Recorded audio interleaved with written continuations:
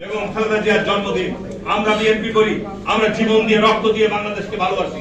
আমরা দেশ ছেড়ে কোথাও যাবো না, আমরা দেশ ছেড়ে ভারতেও যাবো না, আমরা দেশ ছেড়ে অন্য কোনো দেশেও যাবো না। আমাদের দেশই হচ্ছে ঠিকানা। বেগম খালেদা জিয়ার ঠিকানাও দেশ, জিয়া রহমানের ঠিকানাও দেশ, তারেক রহমানের ঠিকানাও দেশ। আমাদের বিদেশে কোনো প্রভু নাই, আমাদের বিদেশে কোনো বাড়ি নাই, এটি আমাদের ভাবতে হবে। সুতরাং আজকে বেগম খালেদা জিয়ার এই ৮১তম জন্মদিন আমাদের প্রতিজ্ঞা এবং শপথ নিতে হবে।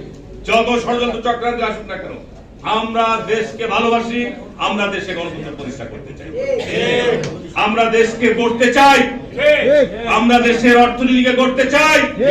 আর যারা বিগত সময়ে বাংলাদেশের মানুষের উপর নিপীড়ন জুলুম করে তাদের আমরা বিচার চাই। চান না?